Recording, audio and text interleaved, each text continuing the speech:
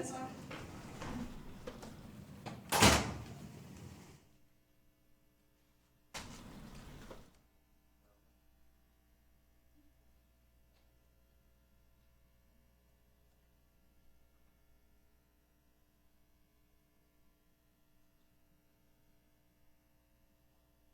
Quiet. And cold. It's chilly in here too.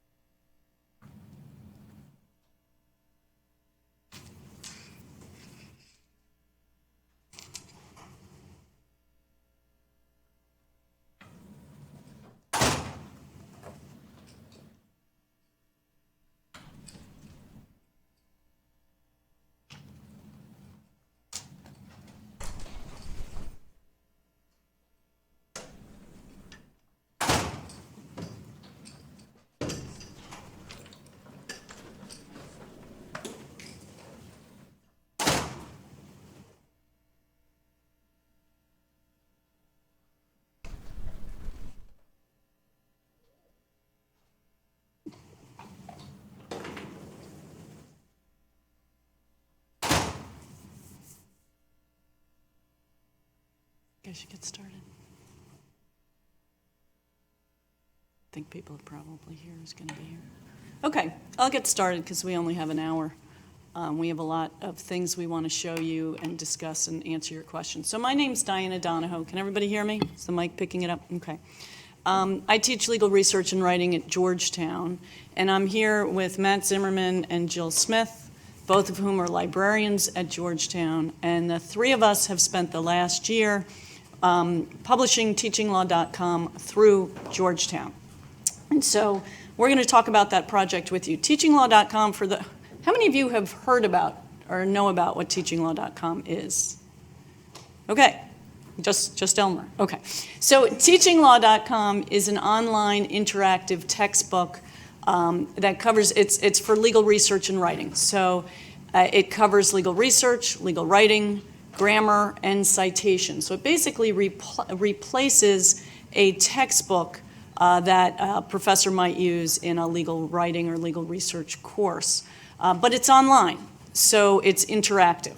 And it has videos, it has quizzes, it has assessments, it has all sorts of features that you can use the teaching law as a teaching tool, really, in and out of the classroom. So it's being used currently in classes across the country for first-year legal research and writing, advanced research, advanced writing, LLM courses, and then I did have one professor who also used it in a trial practice course because there's sections on trial advocacy as well.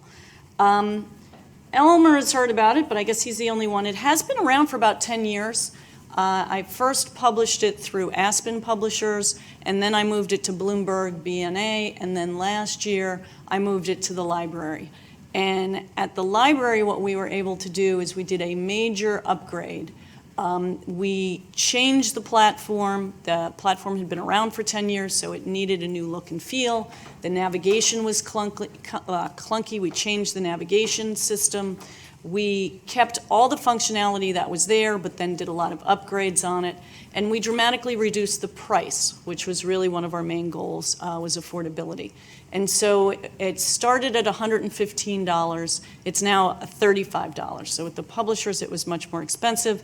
For us, it's now $35. And for those of you who teach legal research and writing, you know that if you have your students buy a research book, a writing book, a grammar book, a book on persuasion, that might cost them about $250.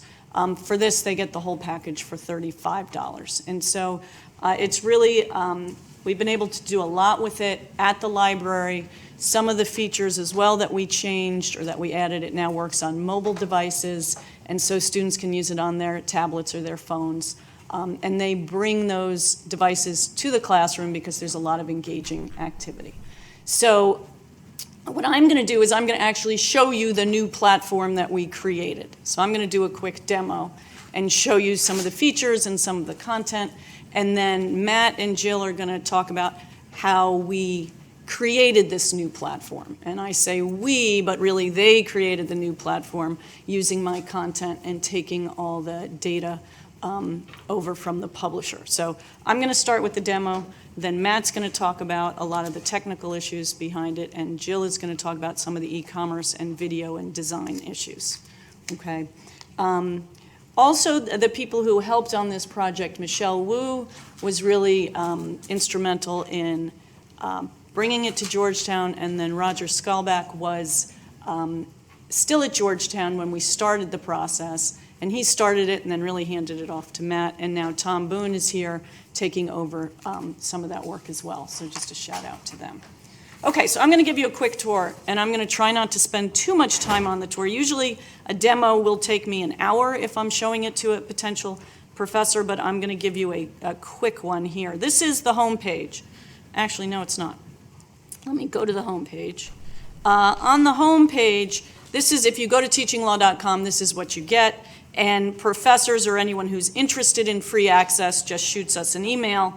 The students click here to purchase. They go through PayPal, and they spend their $35 and get their access. They then select a professor so that whenever the professor has a course set up, the students start to populate that way, and that's automated. So it's set up through 3 different books, really: a legal research book, a legal writing book, and a grammar and citation book. And you can get to all of those through the navigation bar on the side. And they're all set up in a similar way. So here's legal research. It has 2 different sections. But each section has what I would call the traditional content. So if you think about what would be in a legal research textbook, that's what's in here. But then peppered throughout are links to different sources, whether they're free search engines or the commercial search engines, Lexis, Westlaw, and Bloomberg. All the links are set up for the students so they go to the correct places. But then there's also these 3 different sections that have a lot more interactivity and assessments. So there's quizzes and self-assessments, study aids, exercises, and tutorials. So to just give you a sense of what's in here, and each section has these 3 categories. These are tutorials. These are links to different videos. They might be through our law library, they might be through a commercial vendor, but these are video tutorials so that the students can get the lecture tutorial information before coming to class. There's also exercises that you can either use in class. Some professors assign them to do as work before they come to class, but these are typical research projects that you might assign, at least in the research sections. There's obviously also writing sections as well. And then there's quizzes and self-assessments. So the students can click on any category, take a quiz, they go through the quiz, they get the answers at the end of the quiz, and then the professor gets the results of the quizzes. And so the students use these so they can test themselves and get immediate feedback, and the professors use them to get some feedback for how their students are doing.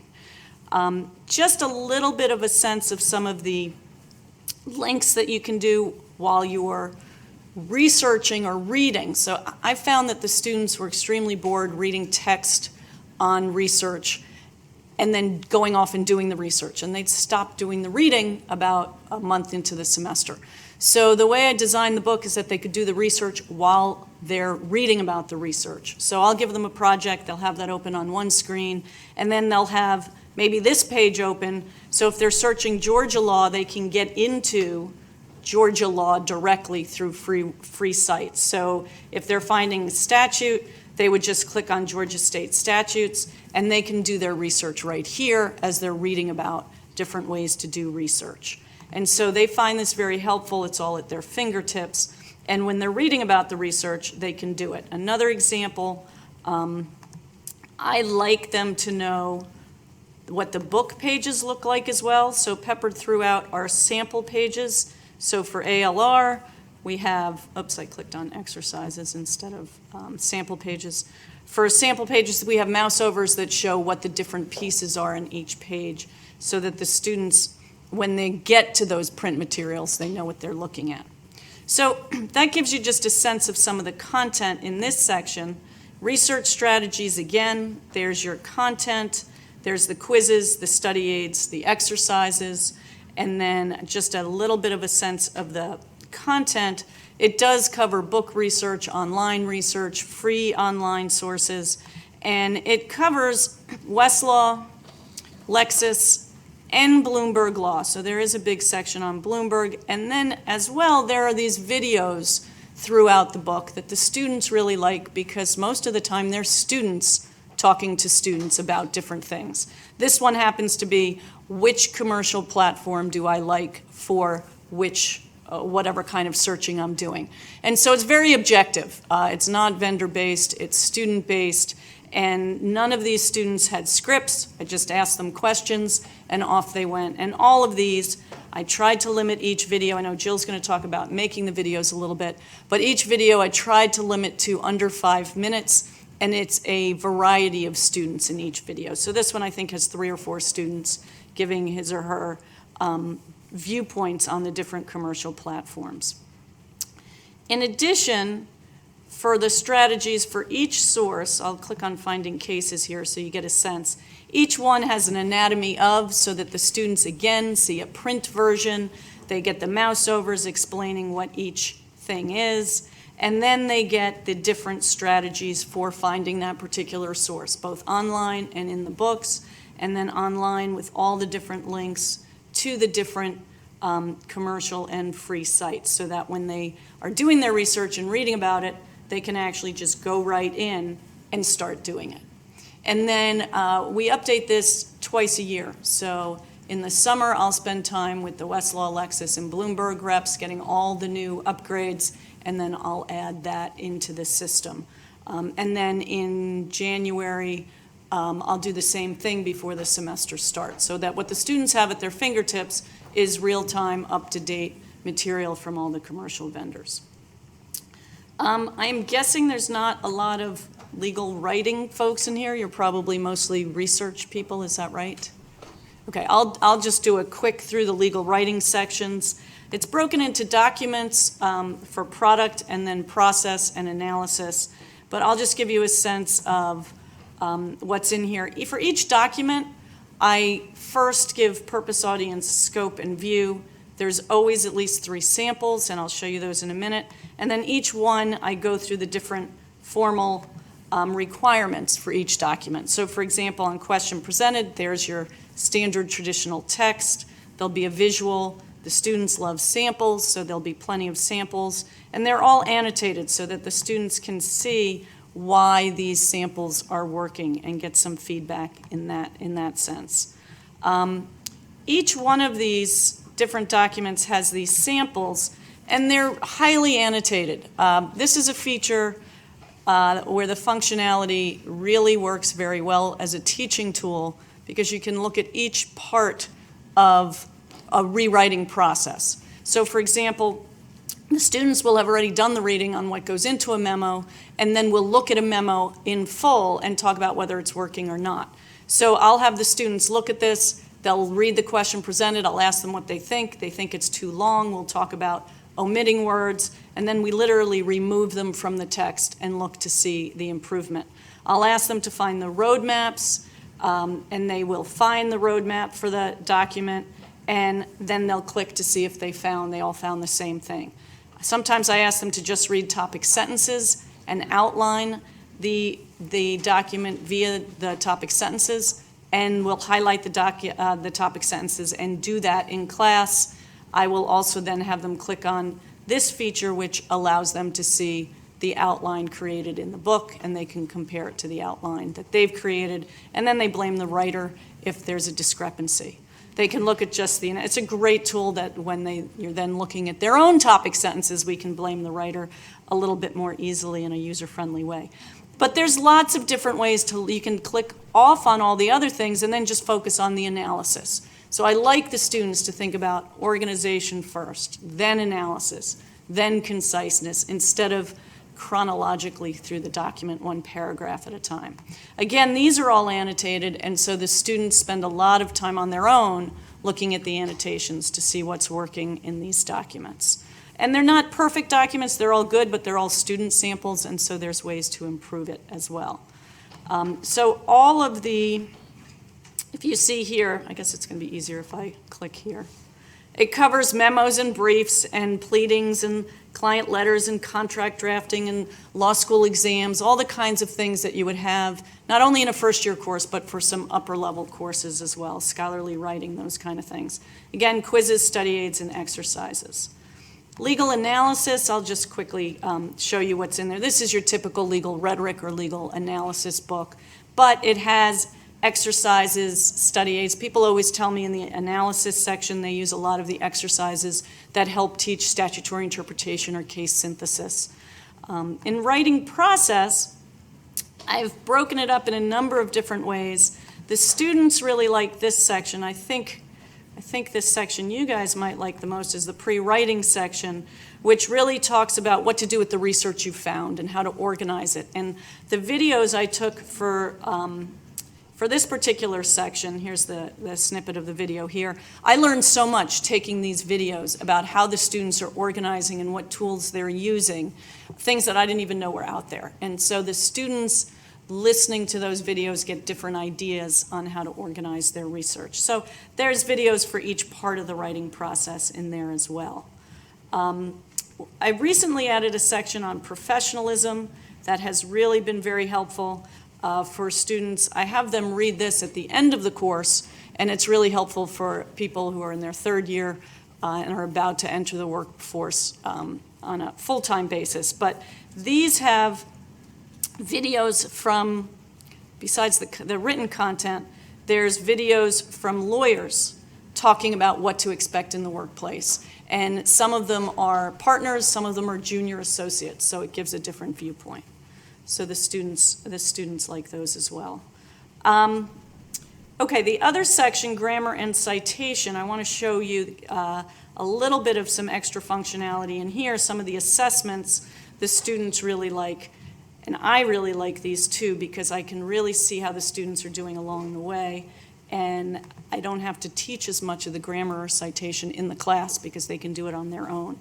But so this would replace a grammar book. There's grammar rules. Each rule has the text and then the quizzes. And so the students can take the quizzes and see if they know enough about commas or capitalization or whatever it might be. But the really fun part here is this self-assessment. And so what the students do, these are about 70 question assessments, but it's a brief. So they actually read a brief, and within the brief they have to figure out if each question is grammatically correct, at least for this is a grammar assessment. If they get it wrong, they can go back to that rule and learn the rule itself. And so as they're quizzing themselves, they can actually learn along the way and keep going back to whatever rule it is. These were 2 capitalization ones in a row, but they can keep going back and understanding what they got wrong. At the end, what they get is a cumulative score. They get a sheet that has how well they did overall, and then how well they did for each category with a link to that category. So if they're doing poorly in commas, they link right to commas and go teach themselves more about commas. So we have one of those for grammar. We also have those, citation is set up the same way. It covers Allwood and the Blue Book. I'll show you a little bit about the Blue Book. There's the rules for the Blue Book, for example. What rules do you need if you're citing cases? What are the key points? Some cites for examples, and then if I keep scrolling, there's a quiz here that they can take on that particular rule. And then again, there's a self-assessment. And the self-assessment is set up in the same way. It's a brief, and they go through and they click on each question, and if they get it wrong, they can go to that rule. So the students use this. I give this to them mid-semester so that they can see how they're doing, how much they've learned, and then they have time to keep learning throughout the year. I also give them a test at the end of the first semester, a multiple choice test that covers research strategies, research sources, grammar, blue booking. And so there are practice tests in here. These are set up in a similar fashion to the quizzes, except instead of by category, they intermix everything, writing, research. And so they get a score on these as well. When you go into the My Students section, which I'm not going to go into here because it actually lists my students and their names and their scores, but it's set up by student when they log in, so you can see how often they've been reading it, which has been great because I can see they're reading it throughout the semester, and then their scores as well. Different things in the tools and tests. There's a glossary. There's these maps. They love the maps. I showed you these. There's also a federal map so that if you wanted to go into any of the district courts, where are we? Are we in the Northern District? Does anybody know? You can get to any of those sites as well. So that is a very quick way, that's all the time I have, but a really quick introduction to some of the content, some of the functionality, just to give you a sense of what it is we built, so you can get some context for how we built it and why we took some of the steps that we did. There is a demo if anybody wants to see more. There's obviously a demo right here, and then if anybody wants access, of course, you can just go to the email and get the access. All right, did I cover everything? I think so. Matt, I'm gonna have Matt come up now, and I'm gonna put on his slides so that he can talk to you. Let me set this up for you.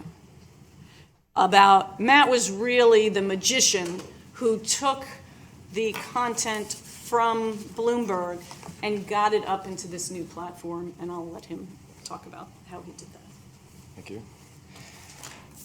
So the story I'm going to tell you is about how we took this 10-year-old product and updated it and deployed it through the library and through Georgetown University.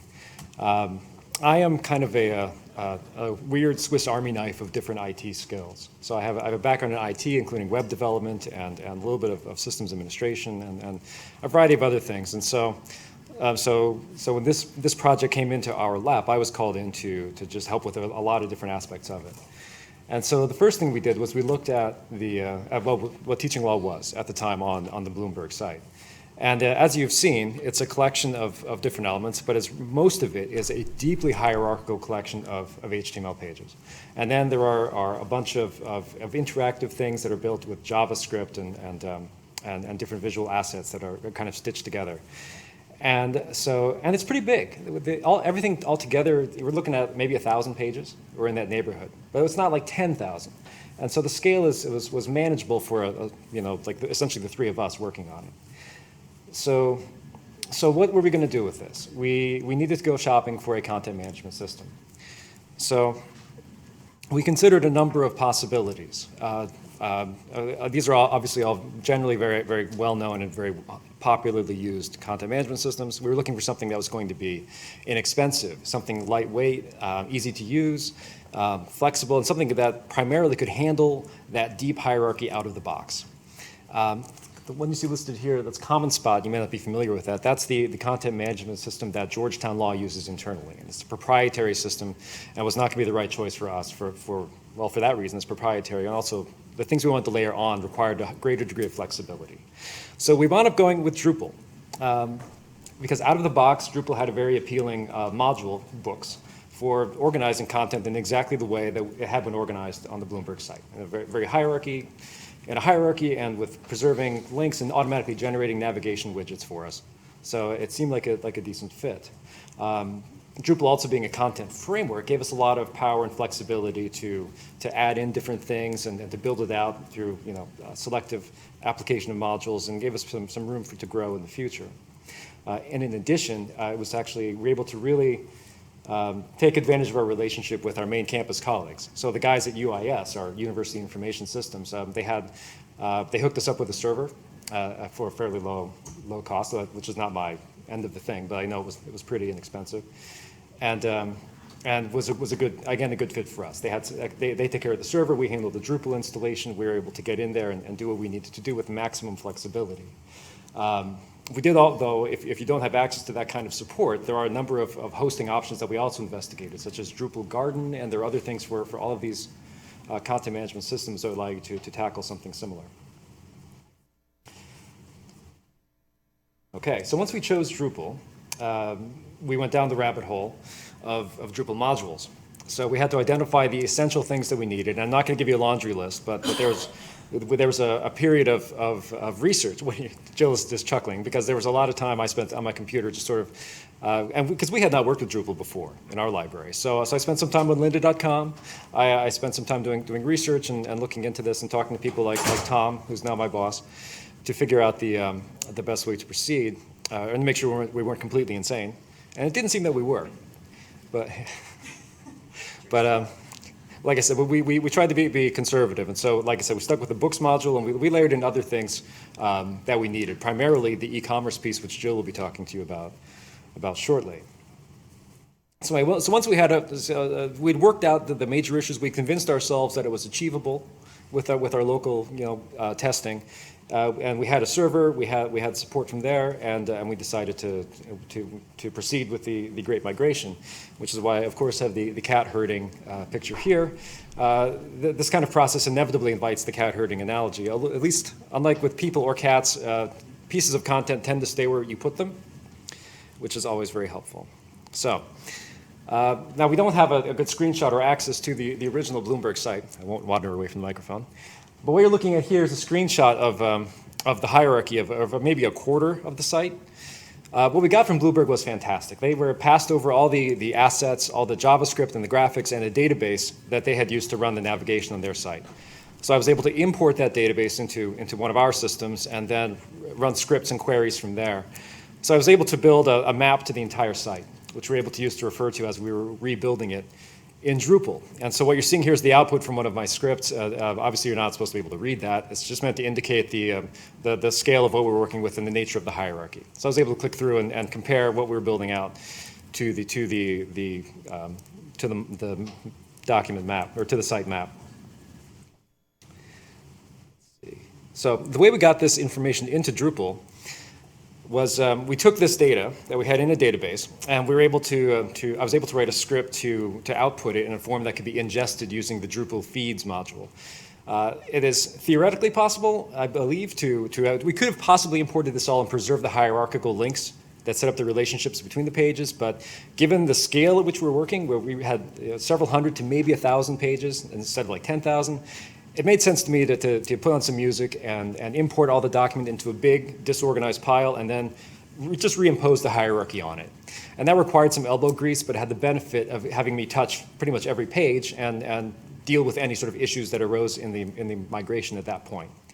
So, so here's an example of one of the rows from the spreadsheet that my migration script generated. So this is not complicated. Each page had an ID, it had a chunk of HTML content, a title, and a path. Wherever possible, in my migration script, I rewrote internal references so that they wouldn't be immediately broken upon getting them into Drupal. I was able to preserve a lot of the file path information, so again, we could sort of keep it working after the import. And we had the page ID, which allows us to reconnect and things as we back to the original system.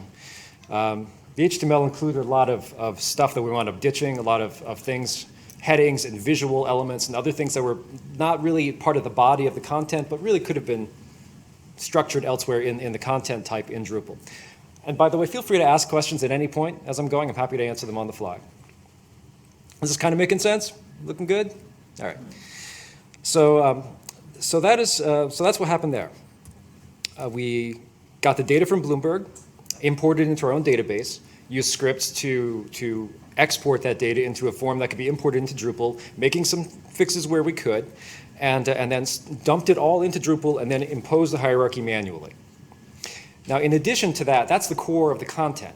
But there's also all the fun part of teaching law is the JavaScript-driven stuff, the interactive annotated documents and the quizzes and that sort of thing. And there we had to get even more elbow grease involved because the JavaScript in many cases would not work in the Drupal framework. So we had to again, sort of get in there and sort of lever it into place and to keep things working. Because the scope of this project was not to do something amazingly new. It was to sort of preserve and continue the teaching law and move it forward with some upgrades for the sake of mobile access and other reasons. But we had a pretty narrow vision at that point. And so I managed to get most of the JavaScript continuing, and we found a quizzes module, which Jill and your RA, Brandon, put a lot of effort into redeploying a lot of the interactive quizzes. And so all that stuff was united in as you saw in Diana's demonstration, in the hierarchical navigation. We plugged everything into the book structure to keep that hierarchy in place. And that is pretty much what happened. We also did a ton of work to actually clean up the HTML that was imported. So you can see it was pretty messy, and it was inconsistent. And so we regularized everything, made it more structurally correct within each page or quiz, which I'm optimistic about that. And I feel really good about it because it's going to help us move that content to whatever comes next, or when we need to do additional work on it. There's less sort of legacy stuff to shake loose from the 10 years over which this system has been living. So, any questions at this point? Yes? So, did you preserve the links? So, or those are new links, okay. New URLs? The question is, did we preserve the links? And a lot of them we did. So you can see we knew that the path to each document, and I was able to, my script was able, in many cases, to rewrite the links as it parsed the stuff coming out of the database and before it went into the file. The links were inconsistent in the data we got. Like particularly, many of them had spaces in them, which were encoded different. It was a little tricky. So a lot of the links did continue to work after the import, but a lot needed to be fixed as well. Like I said, we did a lot of sort of massaging and touching of these pages, which wouldn't have. So you ended up working on pages individually. Yes, we did do additional processing. So we preserved a bunch of links, but had to still go in and fix things. after the fact. But like I said, it wouldn't have worked if we had 10,000 pages, but for the scale at which we're operating, it was largely, I think you, Diana and I were doing most of this. I managed to patch it all up and make it better. Anything else? All right, I'm going to turn you over to Jill. I want to answer that question. Oh, sure. Let me give a little more detail on that question, because Matt was fantastic in terms of getting everything into where it needed to go. I then went page by page and made sure that the content was correct and all the links were still working. Links, not necessarily internal links, because those were for Matt, but links to external sources. A lot of those wound up broken, and I had to re-enter those. But that was a long process in terms of page by page, is the content all where it should be? Are the links all correct? Once I got that all cleaned up, then I went back and I changed things around and reorganized and did all the things I had wanted to do earlier, but I didn't have control of that when it was with a publisher.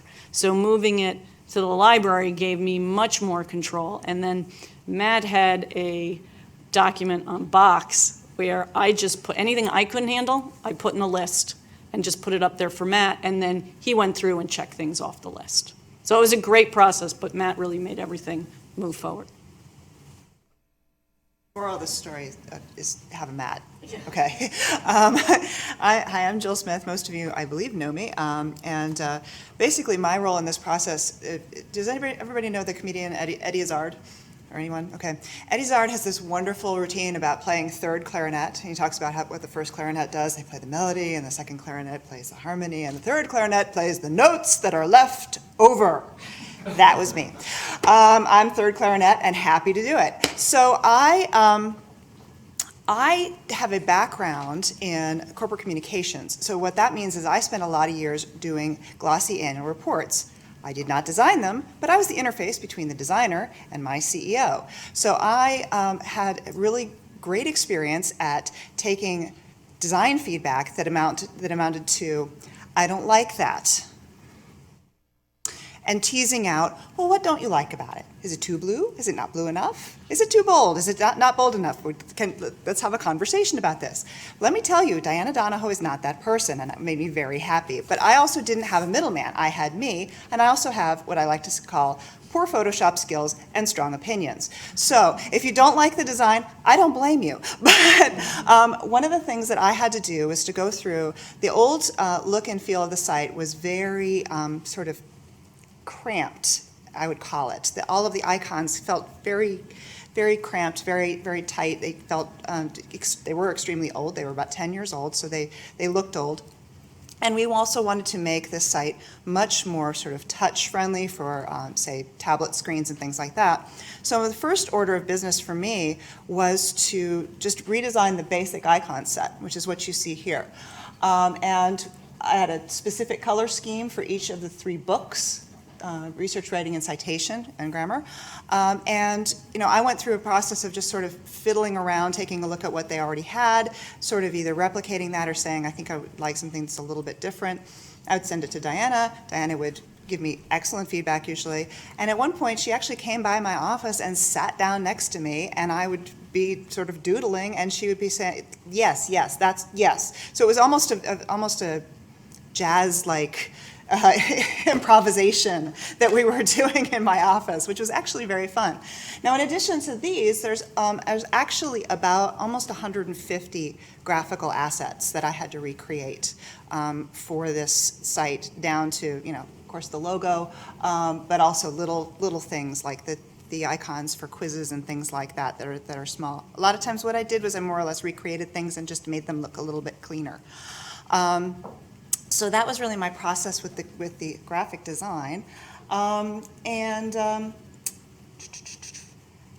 basically, one of the other things that I knew about this was that at one point there was an LMS involved in teaching law, back when it was at Aspen. I also knew that some of these icons were for the LMS. I didn't necessarily know which one and which ones they were. So we didn't get caught out with a broken image link because I thought that the image was supposed to be used for the LMS, but it actually wasn't. I recreated everything. It was actually kind of faster. So that was the design. I also did the e-commerce integration. And with that, we boiled down to pretty much one plugin called UberCart. The drawback for me for UberCart is that it is PayPal only, at least as far as I can tell, because anybody who's researched Drupal modules probably knows that they are sometimes well documented and sometimes they're not. So it could be a little bit confusing, but we did manage to get UberCart installed. We managed to figure out how to sell a digital asset or access to our site, which is what we're selling. And we also went through a very rigorous testing process in terms of various types of credit cards and things like that. The PayPal sandbox, which is what you use to test things, I have to say is kind of flawed. So we ended up having to do a few real transactions when we went live, and that was fun. Diana was very nervous that it wasn't going to work, and I can say now that I was slightly nervous myself. At the time I was all confidence because I didn't want to freak her out, but yeah, but we got that to work. I would really still love to be able to give students different options in terms of using, say, Amazon Payments, Google Pay, things like that. So if anybody knows of a different solution, please see me after class, because that's something I'm still interested in doing. The other thing that I did that was specific to the site is I'm kind of our video person. I do all the tutorials at Georgetown. So if you say that woman's voice sounds really familiar, that's why. I'm sorry. And also, since Diana had all of this video content, we wanted to, of course, we had to incorporate it. And I had to go and research a vendor for that. And that actually ended up being a little more confusing and complicated than you might think, because one of the things that we wanted to make sure that we did was that students or other people didn't end up ganking her videos and posting them somewhere else. So nothing to stop them from using screen capture to record them, but one of the things we found out, I found out when I was researching, was that Vimeo as a vendor allows you to do things like restrict streaming from to a specific domain. So that was very cool. So basically these can only be embedded into teachinglaw.com at this point. And what you see here, this is the video demo that I did. We've got all of the student videos. We've got a demonstration video. And importing all of these things into Vimeo, getting them all set up so that they were available on the site, all of that was under my bailiwick as well. But the research process in terms of all of the various things that we had to have in terms of a vendor got very, very complicated, and I honestly don't remember half of the things that I researched at the time. I was going through after the fact and saying, wow, I remember, I'd forgotten how complicated that was. The last thing I want to talk about really briefly is, we did sort of a very casual approach to project management, which actually, since it was the three of us and since we were kind of really scrambling for time, we did this all, by the way, in 6 months, and with our day jobs as well. So it was not an inconsequential undertaking. The other thing that we did a lot of, or that we found, was in terms of project planning and communication.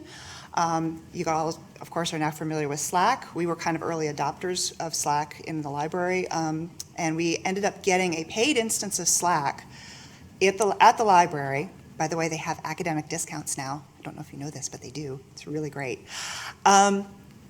And since we got a paid account, we were able to invite Diana and her RAs as single-channel users.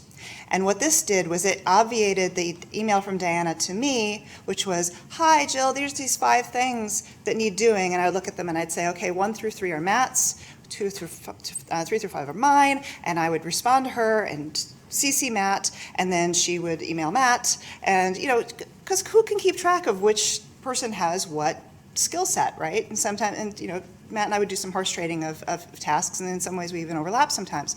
So when we got onto Slack, it centralized all the communication, took all the friction out of that, took all of the replying all when it wasn't appropriate, or replying to one person when it was even less appropriate, kind of miscommunication out of the equation. Oh, and yeah, I also did train up her RA on how to create quizzes and research that kind of stuff too. So, and by the way, when the students saw Slack, they thought it was bananas great, and I think some of them are now using it for their study groups. So that was my sort of scattershot end of the deal. Any questions for me? Yeah. Did you consider at any point making this open? It seems there's a monetary component, and I think probably because you had to pay for these vendors and everything, but I'm just curious. The question is, did we consider making this open access? And by that, I guess you mean free. We did actually consider it. One of the things, and we did want to have to do some cost recapture, but additionally, one of the things I have found out and seen happen time and time again is that oftentimes when you give something away for free, people think it's worthless. So, you know, we did and do create a lot of value here, and we do think it's at a very fair price point. So that's kind of where we came down in terms of the decision. Anyone else? Great. Oh, okay. Just to go back to the project management. Yeah. So those are like pages. So do you work like on this page and then you go to the next, or how do you organize the work? In terms of organizing the work, which was the question, Matt, you probably have, in terms of like the entire project, or? Well, you have the entire project, which is hundreds or thousands of pages, but where do you start? Matt, where did you start?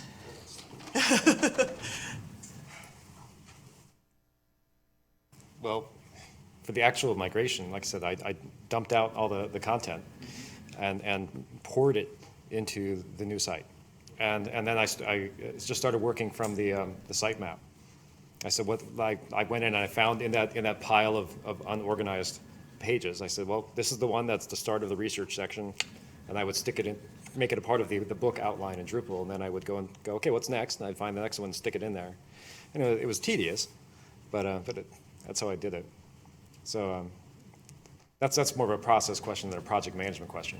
In terms of project management, well, because you still have, like you said, you have to still, for example, this page is done, then you have to check it so they know that this page is done, or in case something is missing, you may have a note and say, well, maybe someone of the other, colleagues can go back and check. For the initial import, I just did it and completed it, and then I passed the baton to Diana, and then we had a system where just a very simple checklist, where for Diana to let me know of the other issues where I needed to loop back in and go and take a second. Because I'm starting a really big migration for one of the oldest websites, is 20 years old page, thousands of pages. And there are case trials, and each trial has hundreds of pages. I'm trying to see what the best way to do it. So my plan is, like you said, pages, in my case trials, pages, and we go by trial, basically. Yeah. And then use Box or some of collaboration tools to let my colleagues know what is done and what is needed to be done. So just to summarize what you're saying for the recording, you're talking about you have an upcoming migration where you have a large number of pages, and you're investigating approaches to that. Yeah. So the scale of this project was manageable. You know, so touching all the pages a lot and doing this was okay. You know, we didn't have. I'm not sure at what point it becomes too great of a burden to have a couple people tackling that, but we clearly, this worked for us. You don't have the choice, because in my case, moving from HTML pages, static pages, which had the HTML code include the menu and the content, to content management system, there is no way you can automate that process. You have to do it manually. Right. So again, just for the recording, you're working with pages that are HTML that have the navigation as part of the page content, so you don't have that separation, which we were able to benefit from. By the way, the initial navigation on this page was a series of very, very finicky cascading menus that, you get your one pixel off and the whole thing disappears. So the navigation that we ended up with here was light years better. I want to address your question too a little bit, because I spent a lot of time going through each page multiple times. So I would go through once for one thing, and then another time for another thing, and another time for another thing. And it took a lot of time, but it was just me going through the content.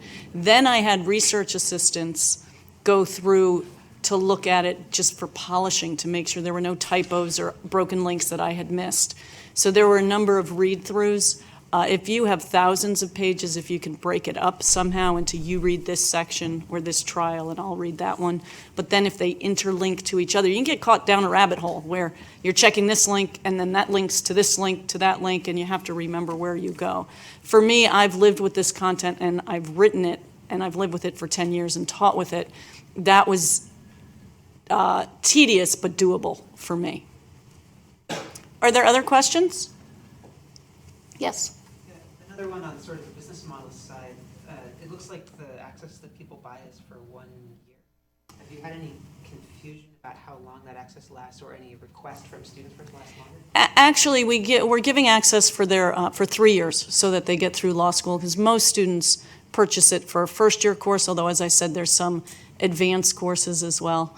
To be honest, this is the first year we've done it, and we have to make sure that they're continuing access, and so that's what we're doing right now, is we're just making sure that everybody has that continued access. But we haven't had a problem yet with that, but we're going to put something in place so that we don't in the future. Is that fair? Because Matt, is going to put that in place.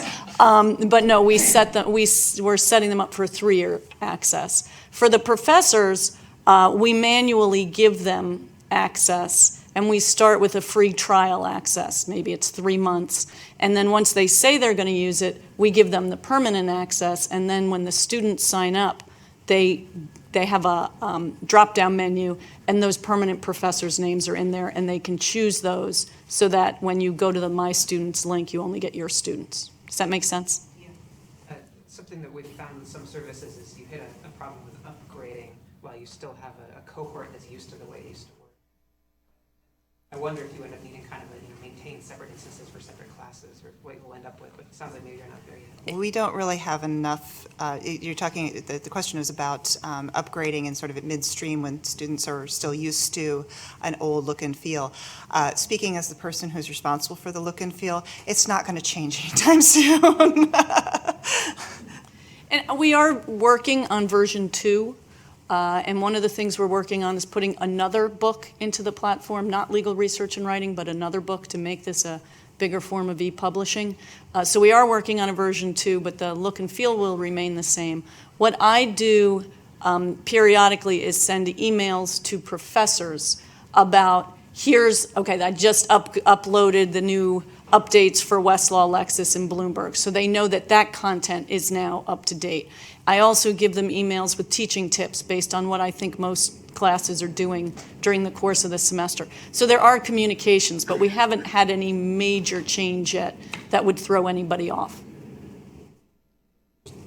Just to follow up on the subject of upgrading, yeah, naturally, we were focused on continuing teaching law, not on necessarily on improving it or making it more current to what user expectations are or where they're going. And so I'm looking forward to working on it now. So we're looking at allowing groups and professors to organize and add content and do a lot of the things that are more consistent with the way people expect the web to work that have emerged in the last 10 years. Any other questions? Any thoughts? Elmer? If you're looking for something to replace Supercart, Drupal Commerce. I've seen that. Is kind of the only other. Okay. I mean, unless you want to write your own. No. Just for the recording, Elmer suggested Drupal Commerce as an alternative to UberCart. And we had looked at that. We chose UberCart, if I'm remembering correctly, because it was better. It seemed to be better supported and more robust, I guess. But I could have also been wrong about that. Yeah. It's a timing thing. Mm-hmm. The weight's kind of shifted to Drupal Commerce now because UberCart has the issues. How many people use Drupal or are familiar with Drupal? How many of you teach legal research or writing? Okay, so this all makes sense to you. Elmer, what do you think of the new site versus the old site? Well, no, actually, I like the way that you captured.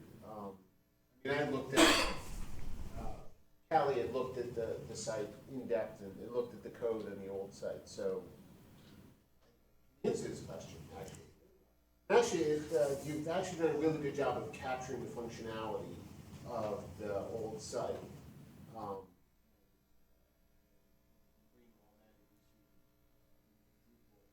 And I like the work, especially the work with keeping trying to keep the links together, which is great. I mean, one of the things that's great about Drupal that sometimes people don't realize when you're doing migration stuff especially, you can pretty much create any kind of alias for those links. So you can maintain stuff that looks like it's like a flat HTML page, but it's actually Drupal, all that other stuff. So so it works good. And I'm also pretty impressed that you've gotten a lot of that JavaScript stuff to work inside of Drupal, because that's actually a hard thing to do, is to have. I assume you didn't write any modules for this, right? No. No. Yeah. So getting JavaScript to work inside of Drupal pages without custom module work is actually. Right. For the listeners at home, Elmer has uttered a number of laudatory comments. Now, In this room, the ceiling lights might be. oh, yeah. But seriously, he's commented on how we tried to keep the links together and to keep things working, and how we managed to shoehorn the JavaScript into the Drupal framework, among other things. And from the user perspective, what I've gotten from the students, first of all, they love the price. So they're paying $35 for everything except for the Blue Book, and some other, of their friends in different schools are paying $250 for their book. So they love the price. They love the convenience of not having to carry a book. But they really do like that interactivity and those formative assessments. And they use them, because I keep track. I don't assign the quizzes, I assign the assessments, but the quizzes I tell them to do on their own. And then I look through the My Students feature to see when they're very active. And they're doing the readings all along, but then right before that sit-down exam, they're going crazy with the quizzes. And so I know they're finally really learning the material, going back to the readings again, and getting a lot out of those quizzes and the self-assessments and the links.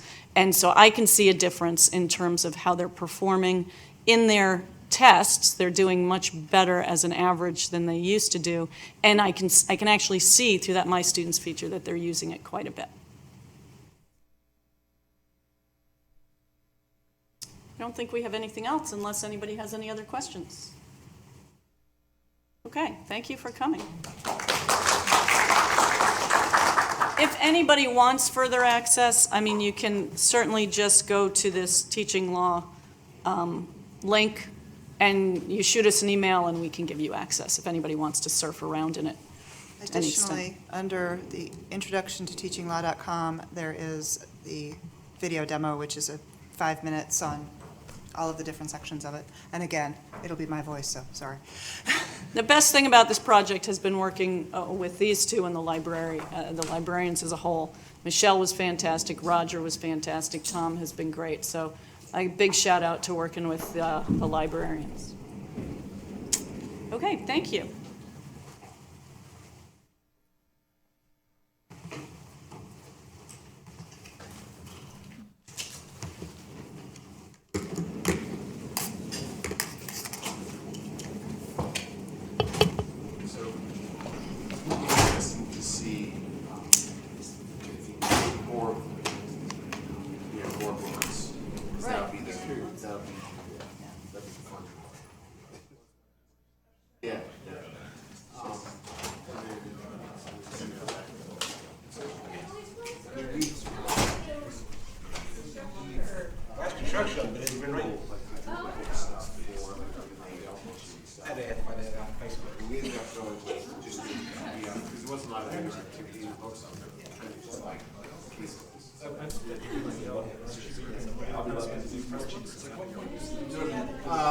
That actually, they end up in press books like after they're done. So the way the workflow works is, in fact, we write in Word, just like it has this beginning of time.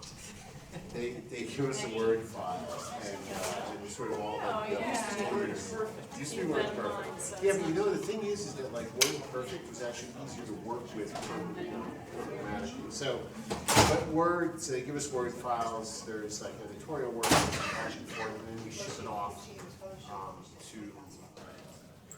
offshore place in Thailand that now and turns it into the ebook formats, and we generate PDFs from Word, and then we load it in the HTML in the press books sort of at the end. hoping to flip that over, but, I still have chapters I'm writing this summer for that. yeah. Still seems to be working. Oh, yeah, it works, yeah, 'cause it's, that's still training along. Would you reconsider? And we're trying to get more people to use that platform, so, and I'm talking about that tomorrow.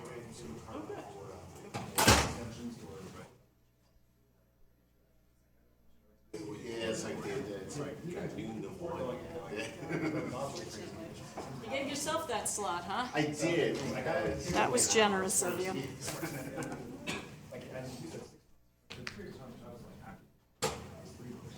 Well, I started with the graphic novels.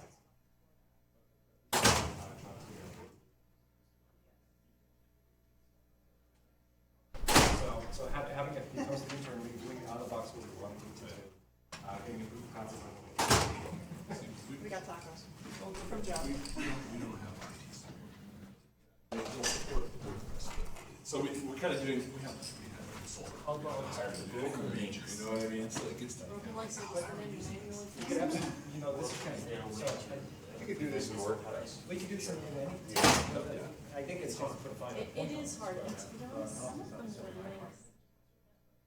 You don't have to be a technical expert to do this. Yeah, yeah, it was an external. Right. And a good team, it's like you guys really work well together. Change those external links to the Your web content page. needs somewhere for it to live, and if you want to later on commerce, that Go adds to a lot of complexity. internet. That's open source. We certainly have discussed this in terms of live, but. For websites, for example, But no, you absolutely do. You use way back, yeah, way back machines. Libraries for, and then they just Boss, I'm sure shut down. you- Right, So it's anymore. right. Maybe Most websites, So show you which link. Good point, yeah, good point. you could Those are. basically just go to So how the, long did it take? Because when it's like, you can basically see the website, for example, how it was in 2002. about 6. So if you're linking to a website that especially How does is fixed.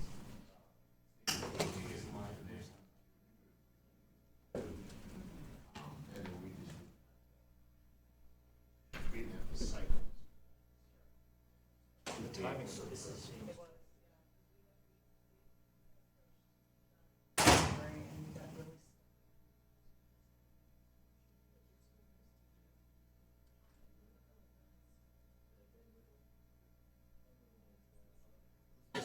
was helping, we did the content, I know Diana has spent a lot of time.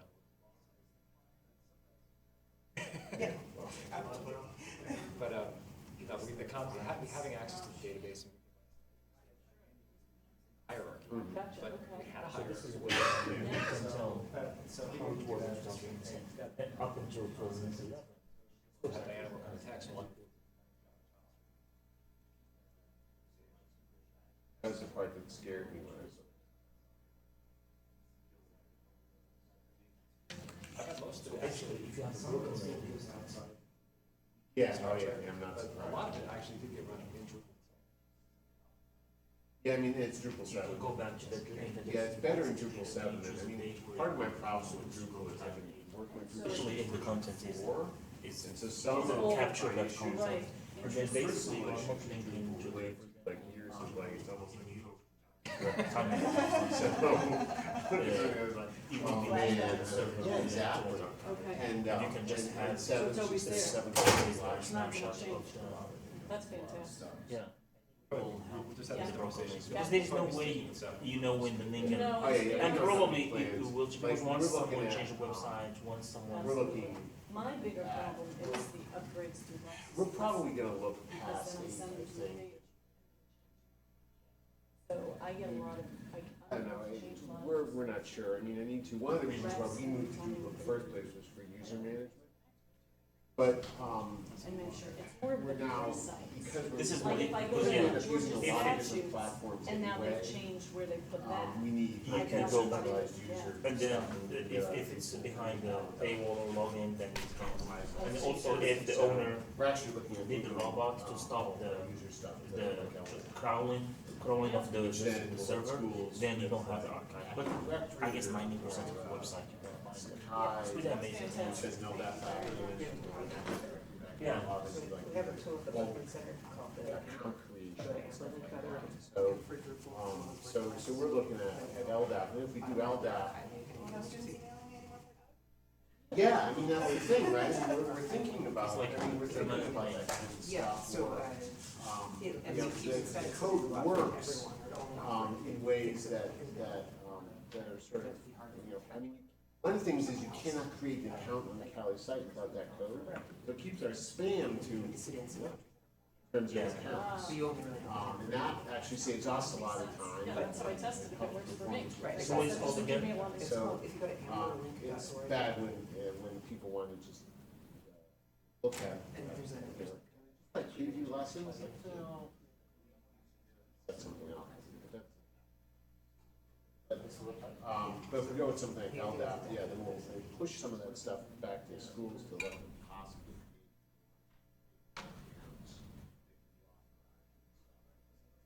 Yeah, and it'd be like, well, the thing is that we can still use Drupal if we want for some stuff, but we can also, then we've got WordPress installations and we've got. Yeah, I mean, I did the scan of the website more recently. So far, I've found 1100 broken links.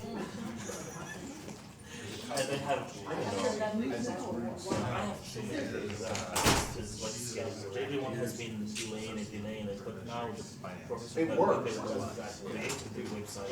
The next time they change So the now we have application, to take that over makes the website. And it's used by, I don't know. I don't know how many schools they use that. howdy, howdy.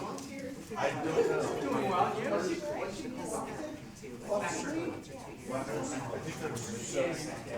is a. And then also sometimes the error page is broken. Yeah, I Sometimes, know. like Bloomberg is still there, they just switch the page. But that's what Moved it, so you get different error. I think that's what you do. That would be right here, so I'm gonna close this. Hopefully the website. And I won't let anybody steal your punches. Yeah. That's the way I roll. You could do detection with Mine has the stickers on. I still love my back then. Oh, yeah, well, then there you go. And it's green. Well, I just noticed I can download it. There's a, beta, but it works. that's actually one of the. Yeah. I think I knew that. I think Yeah. no, it's like, all the tools that I use are at this point, are platform agnostic. So it's like pretty much wherever I'm at, I can get it, like, my stuff. And so I can get it back. And other stuff, we've got our own cloud things, I get that. And so it doesn't make any difference, I don't want to take this downstairs and bring up my big. I want to find a number of my books. I just need to bring up.